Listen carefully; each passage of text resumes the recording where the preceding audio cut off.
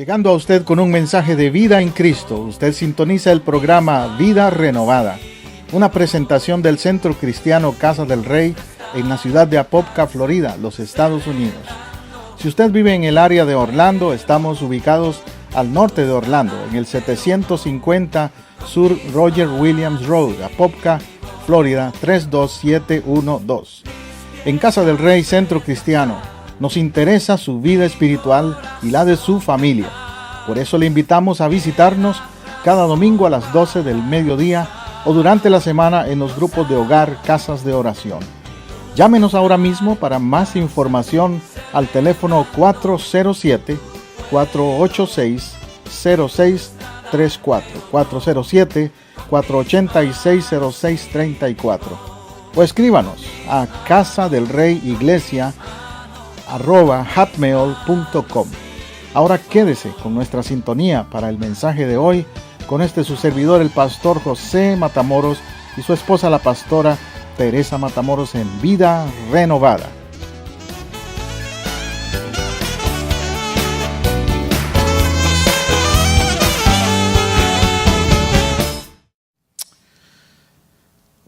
Unos 2 domingos atrás estuve predicando sobre sanidad interior, ¿se acuerda? Sanidad interior. Para completar ese tema, darle seguimiento, hoy quiero hablarle de liberación interior. Cuando hablé de sanidad interior, me enfoqué más en aspectos emocionales que han dañado tal vez la vida de uno y cómo a través de un encuentro con Cristo tú recibes sanidad de esas heridas emocionales. Pero también es una realidad que hay situaciones en la vida que nos han no solo dañado emocionalmente, sino que nos han dado o traído ataduras espirituales de raíz más espiritual que emocional. Y por eso quiero ir un poco más allá en ese aspecto. Y les quiero hablar hoy entonces de lo que es sanidad y liberación espiritual.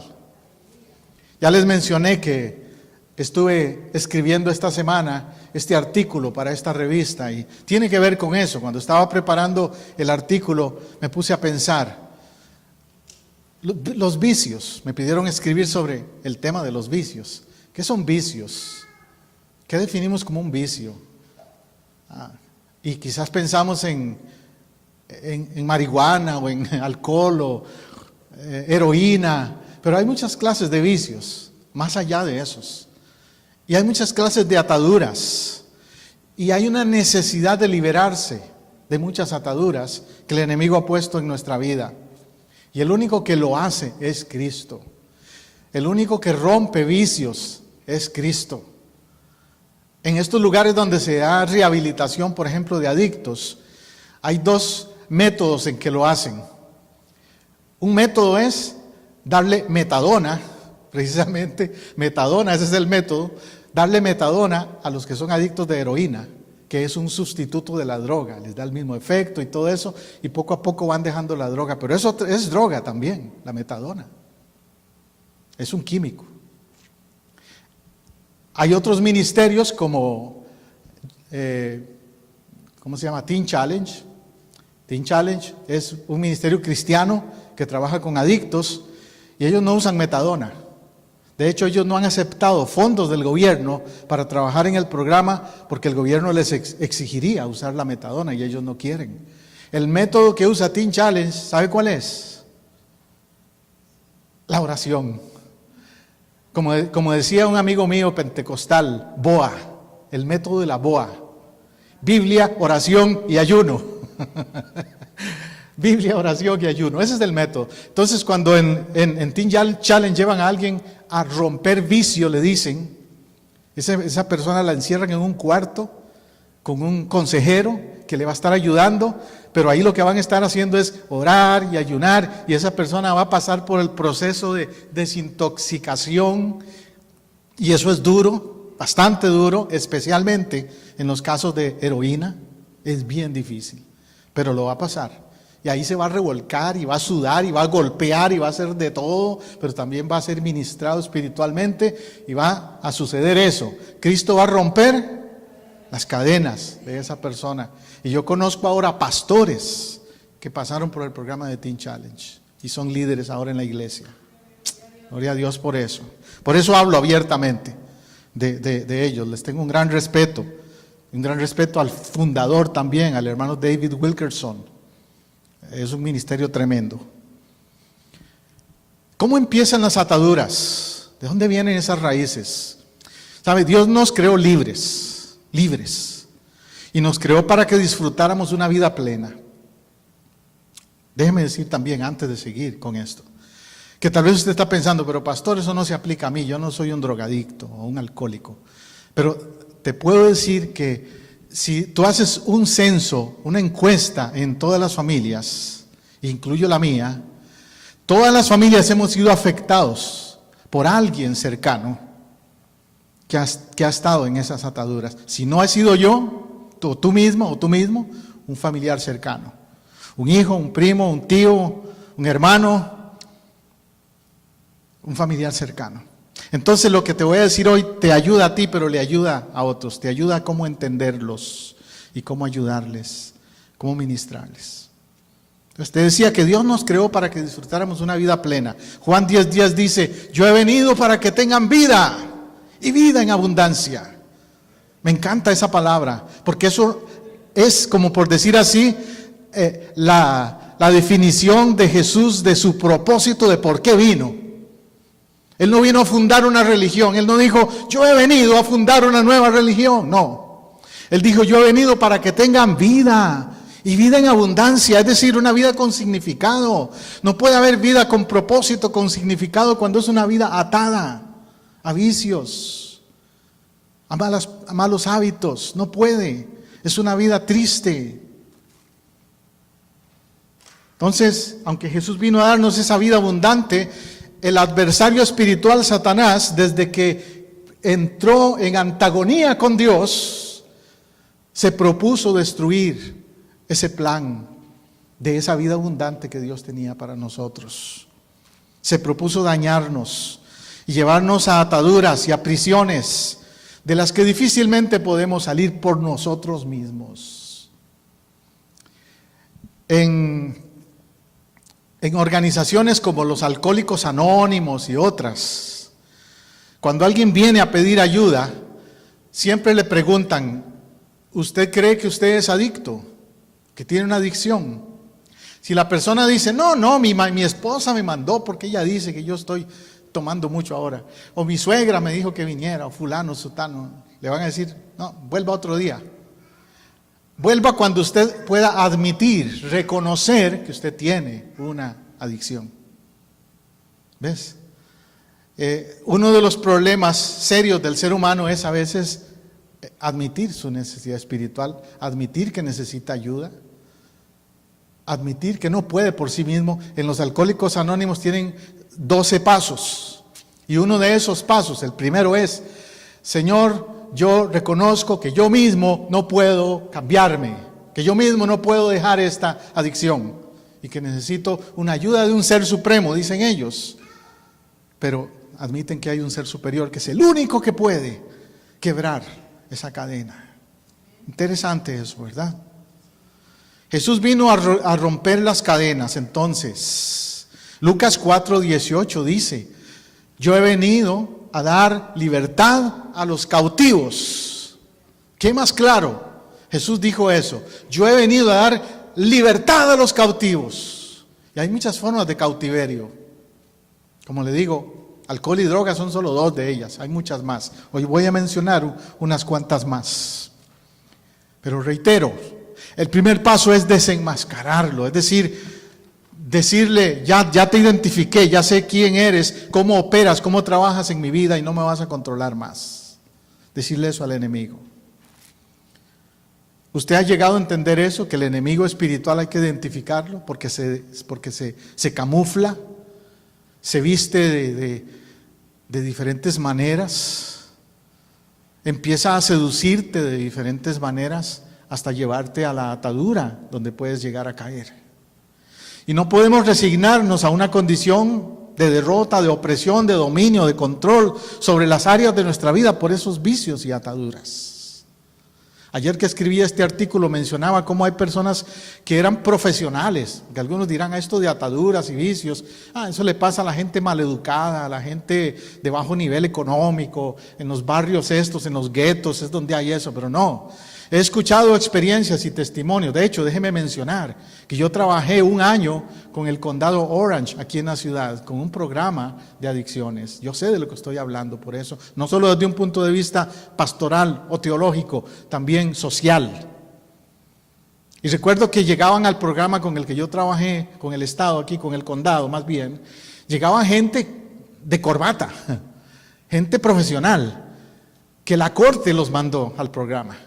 Porque eran 2 elecciones que les daba el juez. O vas a ese programa o vas a la 33, aquí a la cárcel.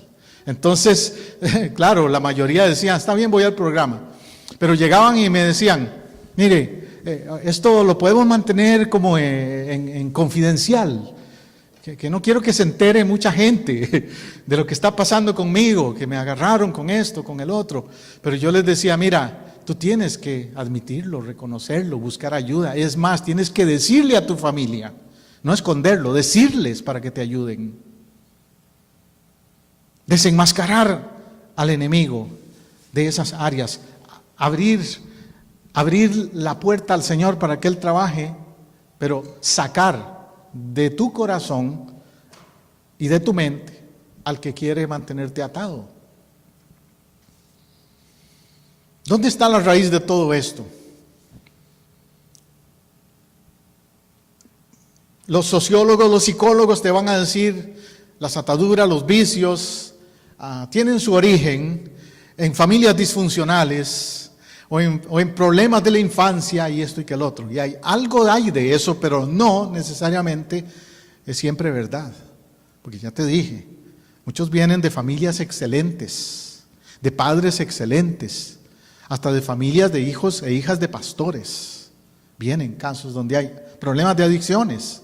Nadie está exento, nadie.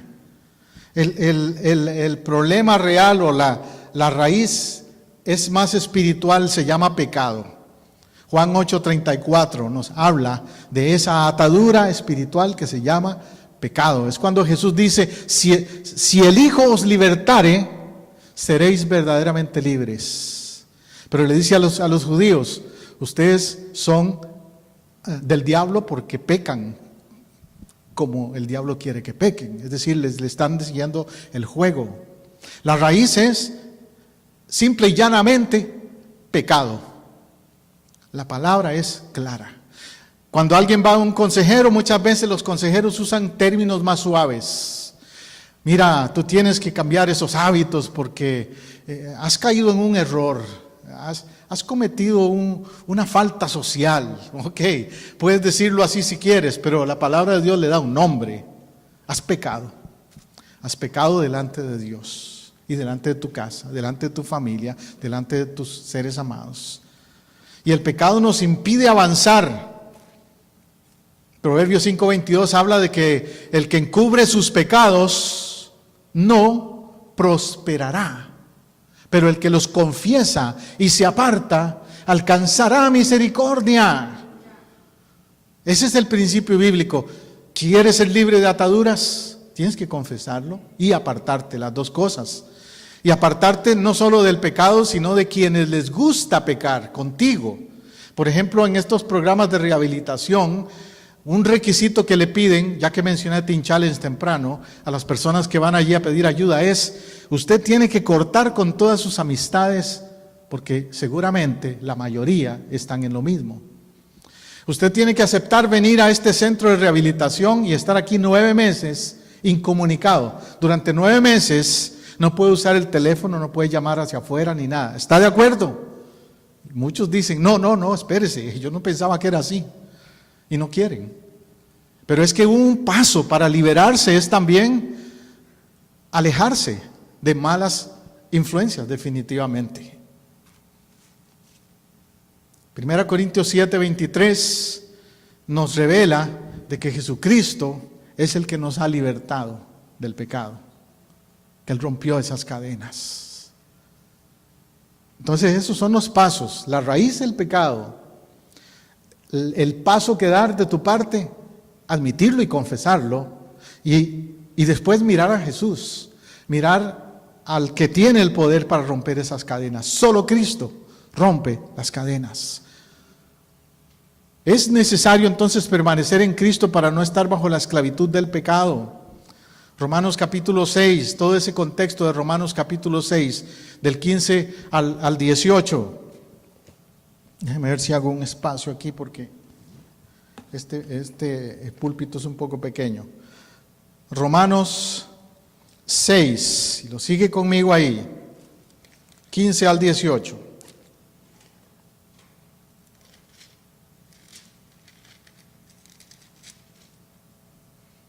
Nos dice la Escritura, ¿qué pues?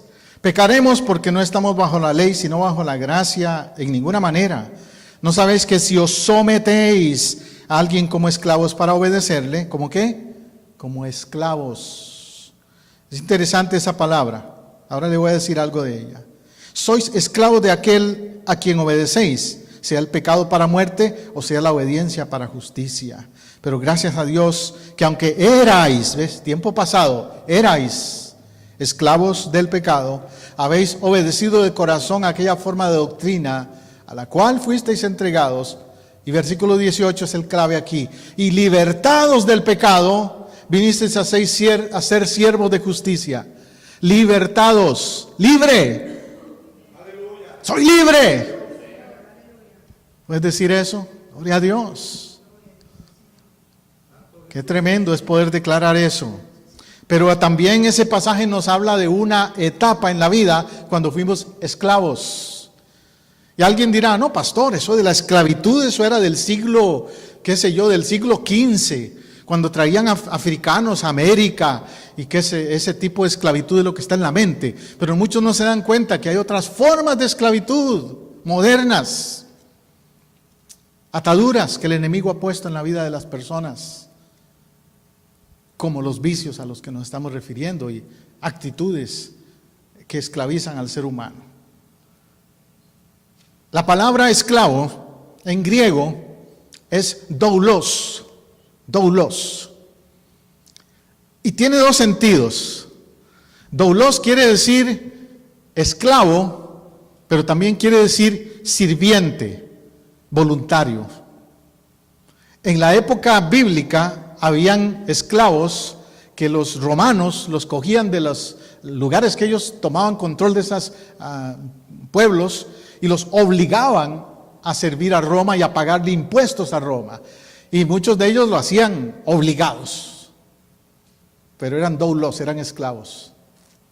Pero también estaban los doulos, que eran los sirvientes en las casas. Cuando alguien no podía trabajar, aceptaba vivir bajo un señor, un dueño en cierta manera, un patrón, que no es que lo agarraba a latigazos, no era esclavitud de ese tipo, que te agarraban a golpes y a latigazos para que trabajaras en la casa, pero tú decidías, bueno, me conviene, tengo que estar aquí porque no tengo a dónde ir, no tengo familia, me conviene vivir aquí y voy a ser el sirviente de esta persona. Ese era el otro nivel de esclavitud. Entonces, cuando la Biblia habla de esclavitud del pecado, se refiere a cómo el pecado nos obliga a andar en lo que no agrada a Dios. Pero también están aquellos que, a pesar de que saben que les va a destruir, voluntariamente sirven al pecado. Y también los cristianos, en otra manera, podemos verlo así, los cristianos somos esclavos de Cristo, pero esclavos en el otro sentido, esclavos de voluntad. ¿Me está siguiendo? Esclavos de que decidimos, porque sabemos que es mejor estar con Él, seguirle a Él, vivir para Él. Doulos. Entonces la decisión de no ser nuevos esclavizados por el pecado es nuestra. Gálatas 5:1 dice, ya no sirváis más al pecado. Ya no vivan con esas ataduras que antes tenían. No tienen por qué. Son libres. Dios nos ofrece lo mejor de la vida. Él nos creó para vivir Él no nos creó para vivir en infelicidad, en derrota, sino en victoria. Primera de Juan 5:5 nos habla de eso, de que en Cristo tenemos victoria, que como Él venció, nosotros podemos vencer ¿Lo puedes creer también? Pero tenemos que decidirnos por Él, ser el doulos de Él. El otro sentido de esa palabra griega es douleia, que la anoté ahí también, que es estar atado, sujeto. Tú decides si te sujetas a Satanás o te sujetas a Cristo. Tú decides si te sujetas a los métodos de Satanás, como el alcohol, las drogas, la mentira, el engaño, los juegos, todo lo demás. La pregunta es, ¿quién te domina? ¿Quién manda? ¿Quién es el dueño? En el Nuevo Testamento, en la Escritura, hay una palabra que sale mucho por todo lado, y es la palabra Señor. Señor. En el griego la palabra Señor es Kyrios. Los griegos la usaban con un sentido del Señor más alto, el divino. Por eso los cristianos la empezaron a usar como sinónima de la palabra Mesías o el Mesías. Hamashiach en hebreo, el Mesías. La palabra Kyrios quiere decir, yo estoy sometido a ese Señor. Y la pregunta clave ahí es, ¿quién te domina a ti? ¿Quién decide por ti entonces? ¿Cristo? ¿O tu ego, tu yo, o el enemigo de otras maneras? Hay personas que si tú les preguntas, ¿quién manda en tu vida? Se jactan de decir, a mí no me manda nadie, yo hago lo que me da la gana. Pero si observas su estilo de vivir, te das cuenta de que están atados a vicios, como te dije, a costumbres, a hábitos que ellos no pueden controlar, y están cegados al hecho de que están bajo control de alguien o de algo. Son ataduras que controlan la voluntad. Un ejemplo muy simple es el de la nicotina. Es un vicio muy común, hablando de vicios, muy común. En años pasados, el cigarrillo, la nicotina, era bien atacado. Lo contrario, en años pasados era bien promovido. Tú veías películas de Hollywood, y en las películas de Hollywood salía siempre alguien fumando, y era cool, o era glamour, o era profesional, o qué sé yo, cantantes, músicos, siempre con un cigarrillo en la mano ahí mientras cantaban o hacían. Era como mostrar que eran elegantes supuestamente. La mayoría de ellos han muerto ahora de cáncer. Yo cuando era jovencito en mi adolescencia me gustaba mucho la música de un cantante argentino, Sandro, romántica, música romántica. Me gustaba la música de él. Hace 2 o 3 años murió Sandro de cáncer. Imagínate. Y te puedo mencionar de otros, montones. Una vez le pregunté a un señor que llegó a la iglesia y me decía, pastor, mire, yo la verdad que amo a Dios. Yo leo la Biblia, pastor, y yo quiero agradar a Dios, pero hay algo que no puedo dejar. Y yo le dije, ¿qué es lo que no puedes dejar? El cigarrillo. Y esta persona era un líder en la iglesia, pero tenía oculto el asunto del cigarrillo. Un día me admitió eso y me dijo, pastor, yo no he podido dejar el cigarrillo, siempre lo hago. Un día yo le dije, mira, vente a una consejería que empecé a... Le dije, tráete la caja de cigarrillos, tráela. Y yo ya lo había notado, cuando yo lo abrazaba y todo eso, el olor es muy evidente, ¿no? Que él lo hacía. Yo no le había dicho, no lo había confrontado todavía. El asunto es que trajo la cajetilla de cigarrillos a la consejería y le dije, saca un cigarrillo de esos, ponlo en el piso y míralo. ¿De qué tamaño es? ¿Verdad que muy pequeñito? ¿Cómo es que eso tan pequeñito te controla a ti? Mira, pisotéalo. Lo agarró y lo pisoteó. ¿Verdad que tú lo puedes pisotear? ¿Lo puedes destruir? ¿Cómo es que entonces dices que te controla? Es mental y espiritual, las dos cosas. Tú tienes que tomar carácter en eso y decir, en el nombre de Jesús yo rompo con esta atadura. ¿Podrás hacerlo ahora simbólicamente aquí? Bueno, él agarró el cigarrillo y lo pisoteó y me dijo, pastor, va a ser una lucha fuerte, pero voy a ponerle ganas a hacerlo.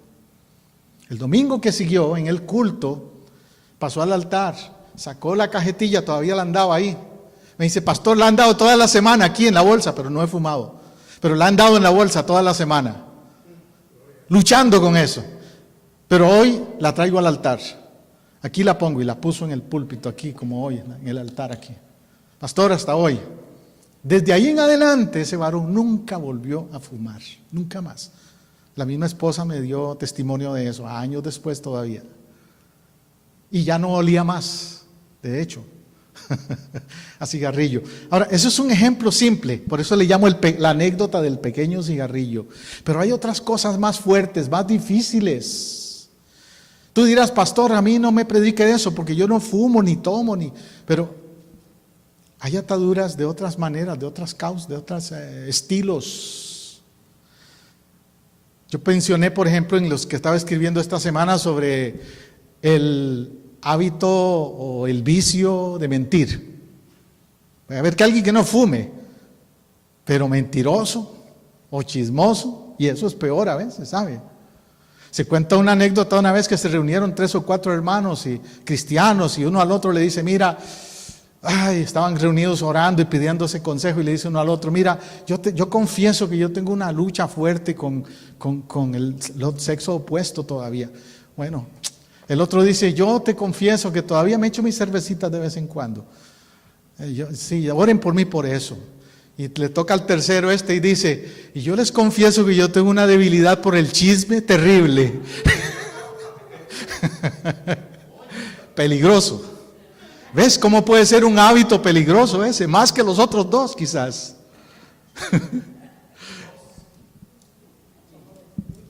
Solo Dios cambia esos hábitos, esas ataduras.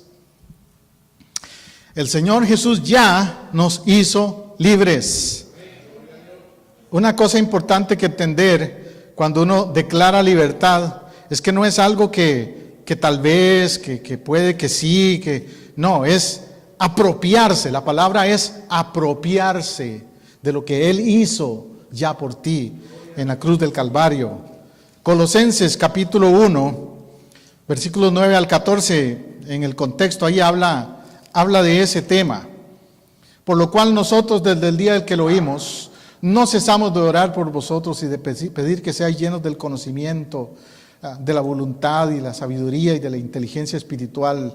Verso 10, para que andéis como es digno del Señor, agradándole en todo y llevando fruto en toda buena obra y creciendo en el conocimiento de Dios, fortalecidos con todo poder, conforme a la potencia de su gloria para toda paciencia, longanimidad.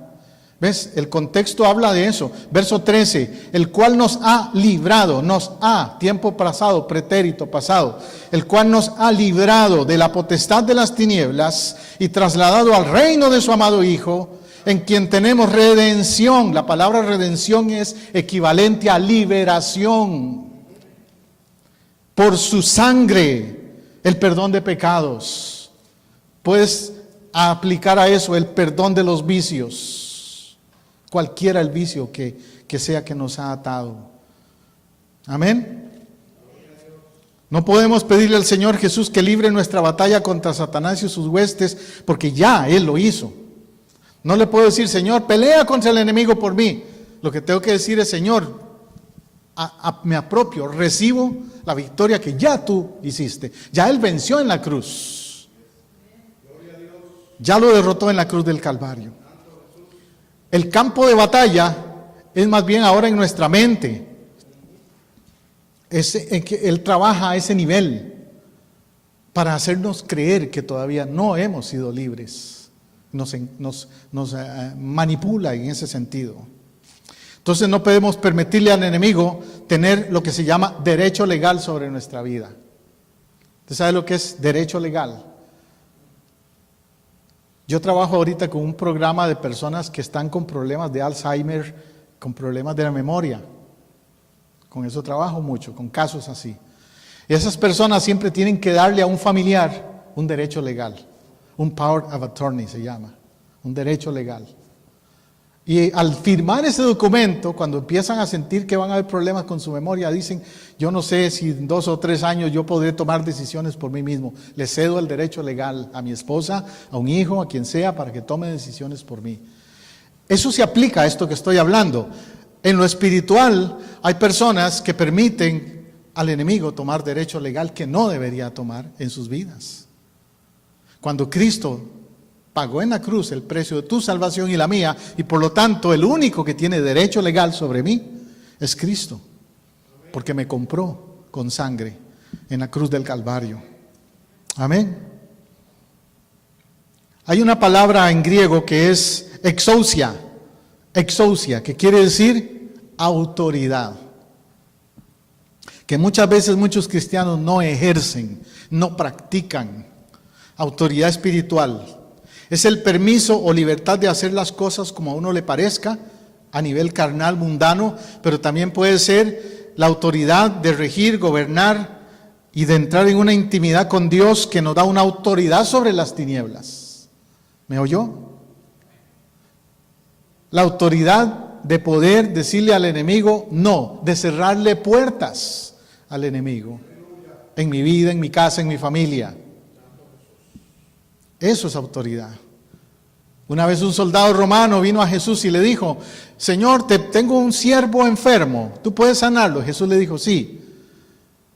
Cuando llegues a tu casa va a estar sano. El soldado romano le dijo a Jesús, yo lo creo, porque tú eres un hombre de autoridad igual que yo. Yo sé que así va a ser. Él no tuvo que ir a la casa a ver si de verdad se había sanado aquel siervo. Él dependió y confió en la autoridad de quien dio esa palabra. ¿Te das cuenta lo que eso implica? Cuando Dios en su palabra te dice algo, tienes que ser como ese soldado romano.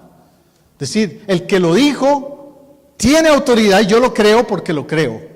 El enemigo puede decir lo que le dé la gana, pero yo sé, porque yo sé lo que la palabra de Dios dice acerca de mi vida espiritual, de quién soy yo, dónde estoy parado, mi casa y mi familia también, a quién pertenecen. Y entonces decirle al enemigo, tú no tienes ni parte ni suerte en mi vida ni en mi casa. Te cierro las puertas. Amén. Eso es exousia, autoridad espiritual. Si queremos vencer el terreno del enemigo espiritual, debemos conocerlo, saber de qué manera opera. Cuando yo practiqué boxeo, cuando era jovencito, un entrenador que yo tenía me decía, José, ¿sabes qué es lo que tienes que hacer para ganar la próxima pelea? Averigua todo lo que ese otro boxeador sabe, hace, cómo pelea él, si es zurdo, si es derecho, cuáles son sus partes débiles, etcétera, y así le vas a ganar. Y en verdad que ayudaba a eso, saber las debilidades, saber cómo operaba ese enemigo en el deporte. Ahora en lo espiritual es igual. Si tú conoces cómo Satanás opera, cuáles son sus técnicas, sus estrategias de engaño, también lo puedes derrotar. Y una de las principales, ¿cuál es? Mentira y engaño.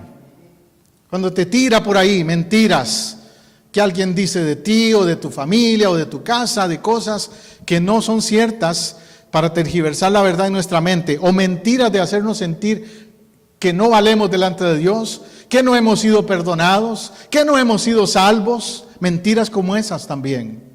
Tenemos que identificar al enemigo y decirle, no es cierto, soy salvo. También sentimientos de condenación y acusación, esa es otra técnica, otra estrategia del enemigo, muy común. Hacerte sentir culpable por cosas por las cuales ya Cristo te limpió, pero Él sigue señalándolo. ¿Te acuerdas el aborto que tuviste cuando eras adolescente? Ese aborto, mataste un bebé, toda la vida vas a ser criminal. Y he hablado con mujeres que han pasado por eso y viven torturadas, atormentadas por eso. Y no fue algo bueno que hicieron, pero cuando vinieron a Cristo fueron limpiadas, fueron perdonadas, son salvas y el enemigo le sigue tirando eso en la cara. ¿Ves? O un hombre, un varón que tal vez antes de conocer a Cristo estuvo envuelto en malos caminos, en drogas, en pandillas o en robos o en cosas, en infidelidad a su pareja, a su cónyuge. Y el enemigo viene y le señala y le no, tú no puedes ser parte del ministerio de la iglesia, tú no puedes servir a Dios porque tú tuviste esto en tu pasado. Mentiras, engaños, sentimientos negativos. Apocalipsis 12:10 habla como el enemigo es el acusador, que siempre está delante de Dios, de acusetas, decimos en mi país, acusetas, chismoso, diciendo lo que no debe decir de nosotros. Persecución es otra manera. Cuando el enemigo ve que estamos buscando de él, va a atacarnos a través de persecución, en el sentido de que familiares tal vez ya nos van a borrar del Facebook. Bueno, no importa, ¿verdad? Que familiares ya no van a querer venir a mis cumpleaños, o amigos o amistades ya no van a querer tener relación conmigo, porque no, ese se hizo pandereta, se hizo evangélico, le lavaron el coco, se cambió de religión, y van a empezar con una actitud de persecución, de intolerancia hacia ti. Otro dardo del enemigo es la duda y el temor. Cuando el enemigo empieza a ganar territorio en nuestro mundo interior por medio del miedo, la incredulidad, levanta una barrera al mover de Dios. Hebreos 3 habla de ese concepto, donde también Primera de Juan dice que el que teme no ha sido perfeccionado. Que el verdadero amor echa fuera el temor. Entonces, el enemigo le gusta crear duda y crear temor, inseguridad. Vuelvo a decir, de tu identidad. Te pregunta alguien, ¿tú eres cristiano? Bueno, no sé, yo de vez en cuando voy a la iglesia, pero no sé si soy o no soy. No, tú tienes que contestar con convicción, sí, yo soy, no tengo duda de quién soy. Soy hijo de Dios, soy hija de Dios, le pertenezco a Él, sin duda. Amén.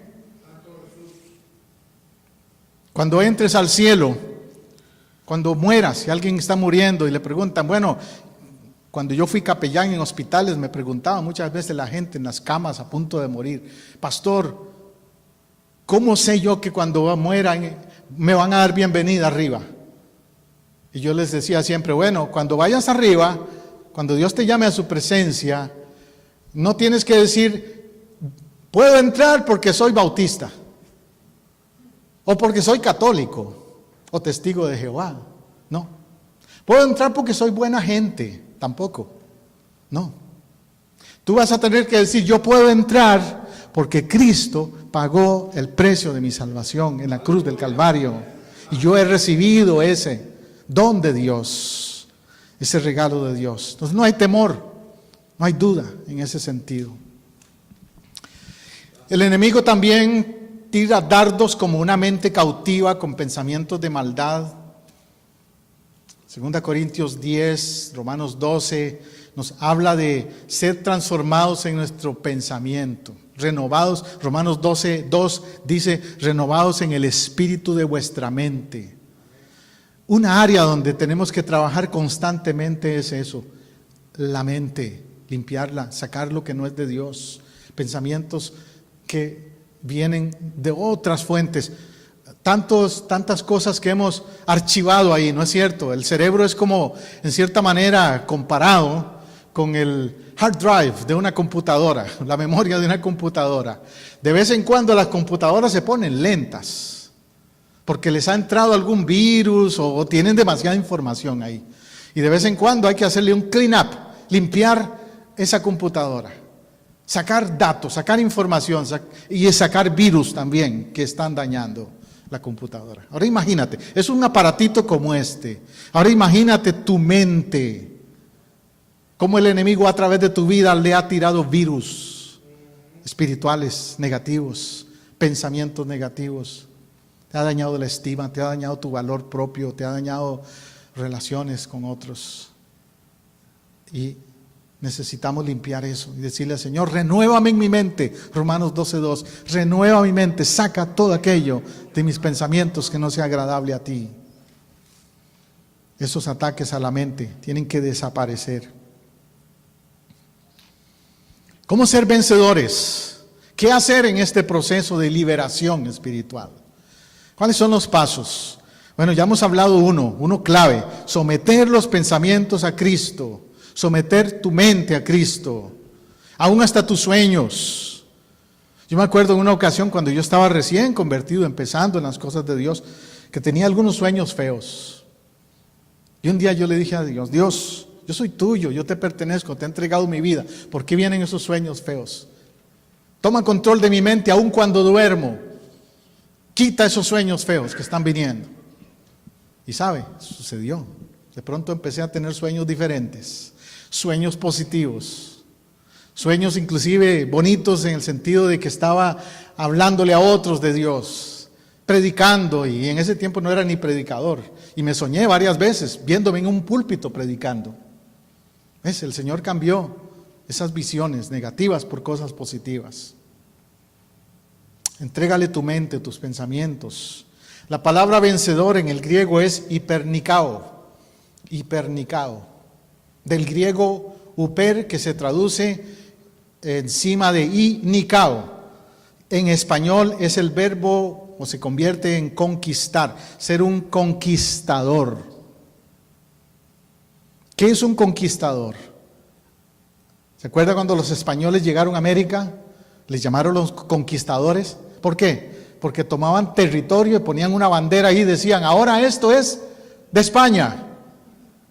Bueno, tú ser un vencedor es decir, este territorio, camina alrededor de tu casa, ¿sabes? Camina alrededor de tu casa y di: este territorio está conquistado ya, es de Cristo. Nosotros hemos hecho un par de veces aquí en la iglesia caminatas en el vecindario, declarando que este vecindario es de Cristo. Caminatas de conquista, de conquista. En lugar de ser conquistados por el enemigo, vamos a conquistar. Ser como Josué y sus aliados, sus guerreros valientes, como Caleb y Abner y otros que fueron y le dijeron a Josué: Josué, vamos a conquistar esa tierra, la tierra de Canaán. Nosotros aquí en Apopka decimos: vamos a conquistar Apopka, Altamonte, Orlando. Amén.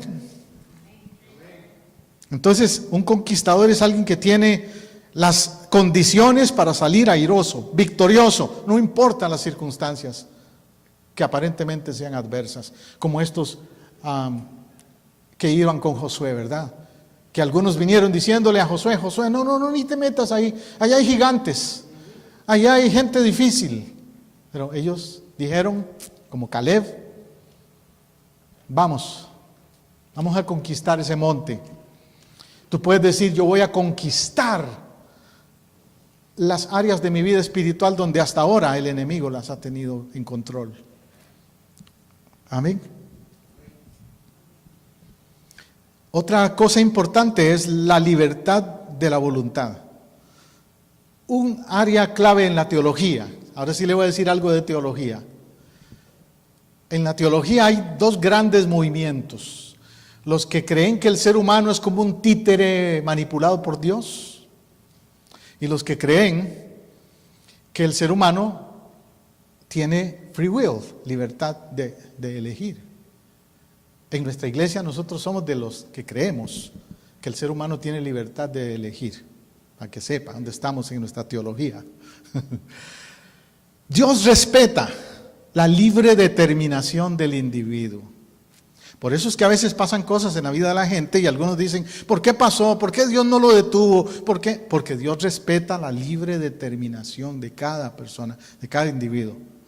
Respeta la libertad. Desde Génesis 2, Deuteronomio 30, donde dice, Deuteronomio 30 nos dice: aquí pongo delante de ti el bien y el mal, la vida y la muerte. Escoge la vida para que vivas. Desde esos principios, en Génesis, cuando le dio a Adán y Eva la libertad de escoger, y ellos escogieron mal, ¿ves? Se da ese principio de elección. Tú decides. Tú decides qué haces con tu vida. Pero también tú tienes que aceptar las consecuencias de lo que haces con tu vida, de las decisiones que tomas. Esa es la otra realidad. que a muchos no les gusta. Por eso necesitamos entonces someter nuestra voluntad a Dios. ¿Qué hizo Jesús en el monte Getsemaní? ¿Se acuerda? Cuando fue al monte Getsemaní, ¿cómo oró Jesús? Padre, si es posible que pase de mí esta copa, pero no se haga mi voluntad, sino la tuya. Jesús sometió su voluntad al Padre en su condición de hombre, para darnos el ejemplo, a ti y a mí, de que también nosotros, aunque podemos hacer lo que nos da la gana, mejor sometemos nuestra voluntad al Padre, a Dios, para que nos vaya bien. Entonces, toda decisión que tomamos le decimos al Señor: Señor, no permitas que dé un paso que no sea fuera de tu voluntad. Y si yo sé, si tú me hablas a mi espíritu, del Espíritu Santo habla a tu espíritu y te dice: no lo hagas, corta esa relación con esa persona porque no te sirve, es un yugo desigual, hazlo, mejor. O no te envuelvas en negocios con esa persona porque esa persona no es un creyente y los negocios los va a manejar diferente y te va a hacer cosas que no son éticas también. Así de muchas maneras te podría ilustrar cómo es que funciona esto de someter tu voluntad a Dios. Y también se aplica a la vida espiritual a nivel pastoral. Yo como pastor, yo tengo una cobertura, yo doy cuentas a otros líderes. Como en el caso de nuestra iglesia, hay un superintendente del distrito, el doctor Dennis, que es, por decir así, mi cobertura. Pero a ustedes como miembros de la iglesia, la palabra, no yo, la palabra les dice que tengan sujeción a su pastor. ¿Ves? Entonces también puede ser que alguien, y he oído decir eso a personas: yo no me sujeto a nadie, yo no sigo a ningún hombre, yo no me someto a ningún pastor. Y según ellos están bien, o están mal, porque es un principio bíblico: sujetaos a vuestros pastores, somete tus decisiones, pide consejo. Entonces a veces vienen y le dicen a uno: pastor, me quiero mover a otra ciudad, voy a hacer esto y lo otro. O es más, no vienen ni a decirle, vienen a decirle cuando se van a ir ya. No pidieron consejo, dirección, ¿ves? ¡Auch! Porque no toman en cuenta el concepto de sujeción, de señorío, de respeto a la autoridad espiritual que Dios ha puesto sobre ellos. Entonces, ser libre en Cristo no significa hacer lo que le da la gana. Repito, ser libre en Cristo no significa hacer lo que te da la gana. Es ser libre del pecado, pero estar sujeto a Dios y estar sujeto a las autoridades que Dios ha puesto en su iglesia también. Es parte del plan. Para romper ataduras, para romper cadenas, hay que ser sujeto. ¿Sabes cuál fue el problema más grande del pecado de Satanás? Si tú me preguntas a mí, ¿cuál es el pecado más grave que hay? Yo lo tengo muy claro. Se llama rebeldía. Ese fue el pecado principal de la caída de Satanás, sus ángeles y después de la humanidad también. La rebeldía. Precisamente porque no quieren someter su voluntad a Dios, someter su ego, someter su vida a Dios. Y hay muchas personas atadas a vicios, a malos hábitos, a costumbres destructivos, pero no quieren someter su voluntad a Dios. Yo lo ilustro con una anécdota de un monito que hay en África. En África hay un monito que le gusta mucho una fruta. Y los cazadores saben que al monito le gusta esa fruta. Entonces cogen un coco, le abren un hoyo y meten la frutita adentro y amarran el coco a un palo por ahí. Cuando viene el monito ese, él olfatea el olor de esa fruta que le gusta tanto y la ve, pero está metido en el coco.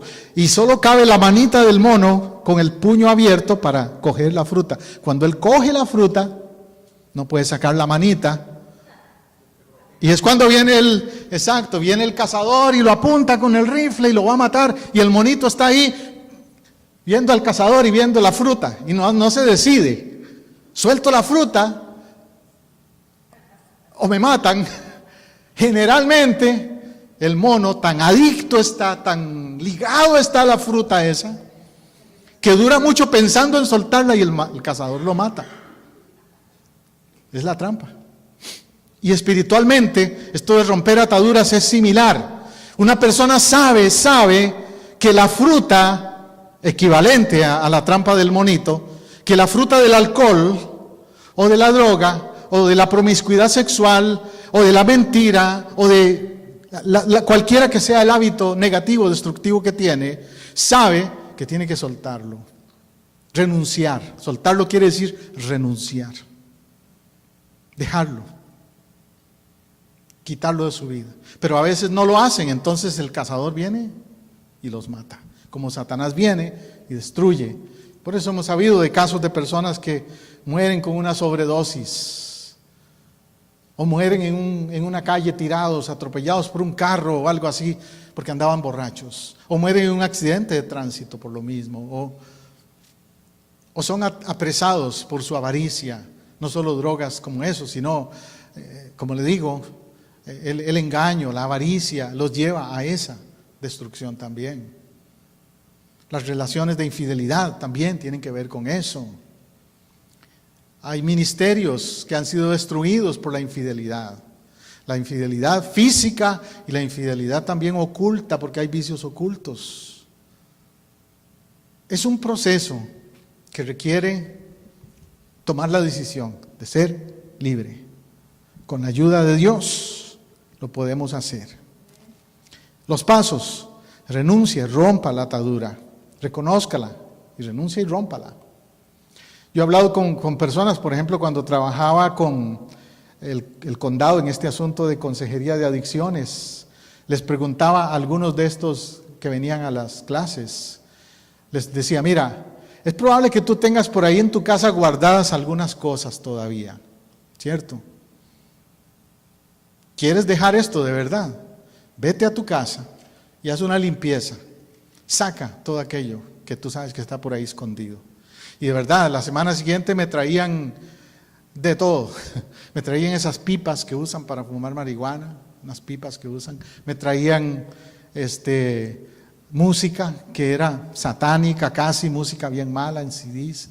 Me traían cosas y me decían: ¿qué hacemos con esto? Y yo agarraba un martillo junto con ellos y y lo destruíamos.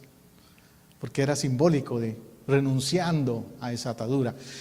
A nivel de la iglesia igual, hemos tenido casos donde ha sucedido lo mismo. Y alguien me ha dicho: pastor, quiero renunciar a eso. Voy a limpiar mi casa de eso, voy a limpiar mi cuarto, voy a limpiar mi vida totalmente de esas cosas. Porque si no, te va a afectar a ti y a tus generaciones. Renunciar significa también renunciar a toda maldición generacional. Que se corte esa atadura, no solo en mí, sino en mi descendencia también. Amén. Yo les he contado cómo en mi caso personal, yo nunca fui adicto, por ejemplo, a heroína o a marihuana o cosas así, pero estaba empezando a seguir los pasos de mis tíos y mis primos con lo que es el alcohol. Estaba empezando cuando Cristo me encontró. Y en mi pasado, en mi familia pasada, hay una historia de atadura fuerte con lo que es el alcohol. Y yo lo sabía, pero no entendía ese método, esa estrategia del enemigo, ¿cierto? Cuando vine a Cristo yo dije: ahora entiendo lo que pasaba en mis generaciones y aquí yo corto con eso. No más alcohol. Ahora por eso usted a mí me ofrece, algunos cristianos por ahí dicen: una copita de vino no es malo, que esto y que el otro. Yo ni eso, te acepto. Podemos argumentar y discutir si el vino de la Biblia era vino o no era vino, alcohol o no alcohol, pero yo nada más te digo que si hay una propensión, una tendencia hacia una adicción, es mejor decir no, ni a un poquitico. Esa es mi manera de verlo. Luego, ordene a todos los espíritus que salgan. Me gusta mucho una canción de Marcos Witt, tal vez la ha oído, que dice: espíritu de rebeldía, fuera. Espíritu de mentira, fuera. Espíritu, y le da nombre. identifica espíritus.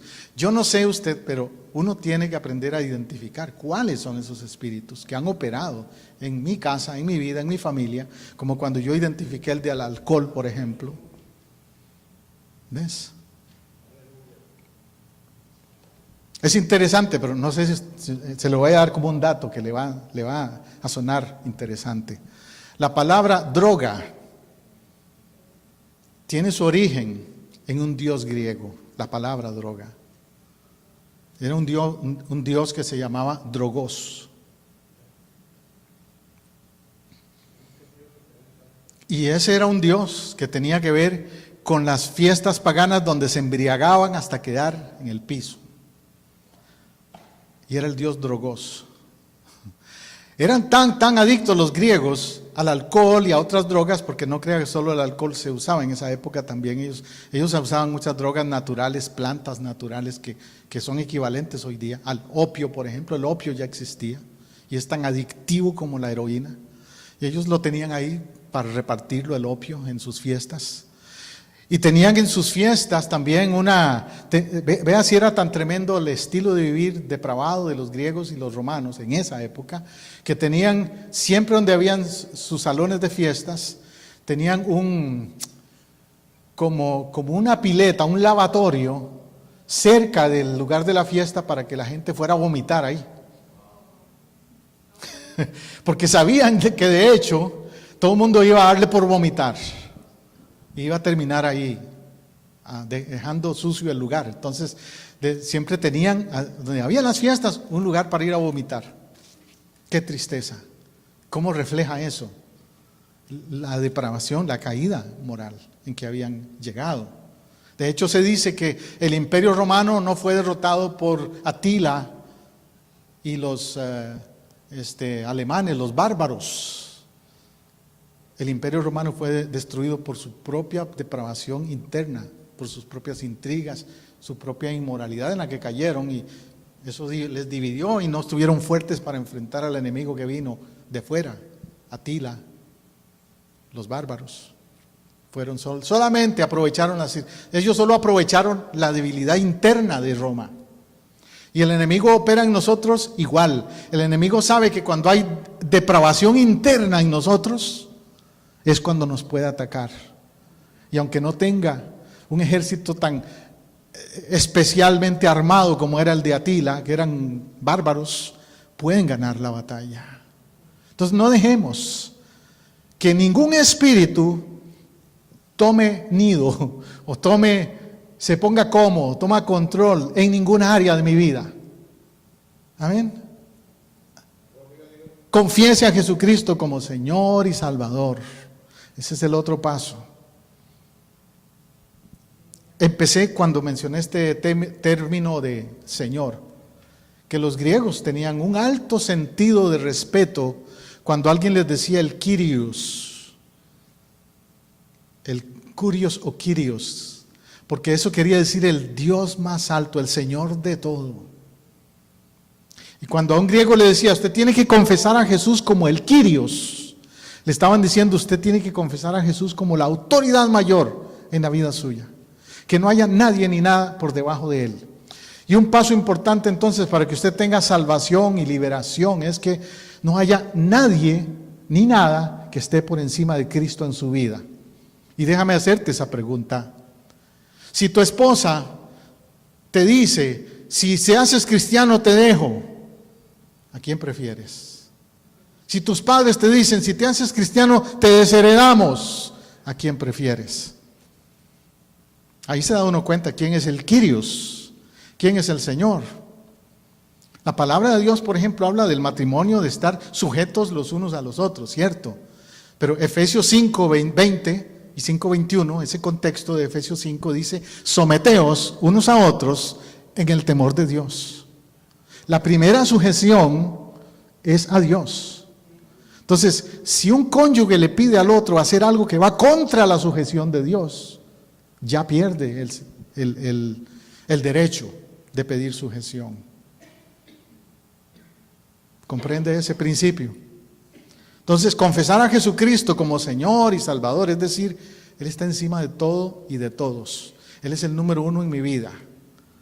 Y si mi esposa o mi esposo o mis hijos o mis suegros o mis papás o quien sea no lo siguen, yo sí lo sigo. Por eso Jesús dijo, el que no deja casa, padre, hermanos, hijos y no sigue en pos de mí, no es digno de mí. No como diciendo rechácelos nada más porque sí, sino si no quieren seguir el camino. Es una decisión radical. Y con eso concluyo diciéndote, la decisión de ser libre en Cristo es una decisión radical. Por dos razones. Implica renuncia total. Jesús dijo, el que quiera venir en pos de mí, niéguese a sí mismo. ¿Ves? Es una decisión radical. Negar el yo, el ego. Y luego es una decisión radical porque es decir, de ahora en adelante, Gálatas 2:20 lo dice, y Gálatas 2:20 dice, ya no vivo yo, mas Cristo vive en mí. Y ahora vivo por la fe de aquel que me amó y se entregó a sí mismo por mí. Es una decisión radical, es cambiar de dueño, dejar a Cristo que sea el dueño. Oremos. Me gusta estar en tu casa, celebrando con tu pueblo. Así llegamos al final de un programa más de Vida Renovada. Una producción de Casa del Rey, Centro Cristiano Internacional, transmitiendo desde Orlando, Apopka, en Florida, los Estados Unidos. Si este mensaje le ha sido de ayuda y edificación en su búsqueda y caminar con Dios, déjenos saber hoy mismo. Llámenos al 407-486-0634, 407-486-0634, o escríbanos a casadelreyiglesia@hotmail.com. Si vive en Orlando o sus alrededores, visítenos este domingo en el 750 sur de la Roger Williams Road, en Apopka, Florida, 32712. Nuestra celebración de alabanza y predicación es a las 12 mediodía. Casa del Rey Centro Cristiano Internacional le ofrece a usted y a su familia el apoyo que busca para crecer espiritualmente. Tenemos ministerios para niños, jóvenes, caballeros y damas, así como también servicio de consejería individual o matrimonial. Los pastores, su servidor José Matamoros y Teresa Matamoros, y el equipo de líderes en Casa del Rey, le esperamos para compartir. Somos una iglesia familiar, cristocéntrica y multicultural. Dios le bendiga abundantemente.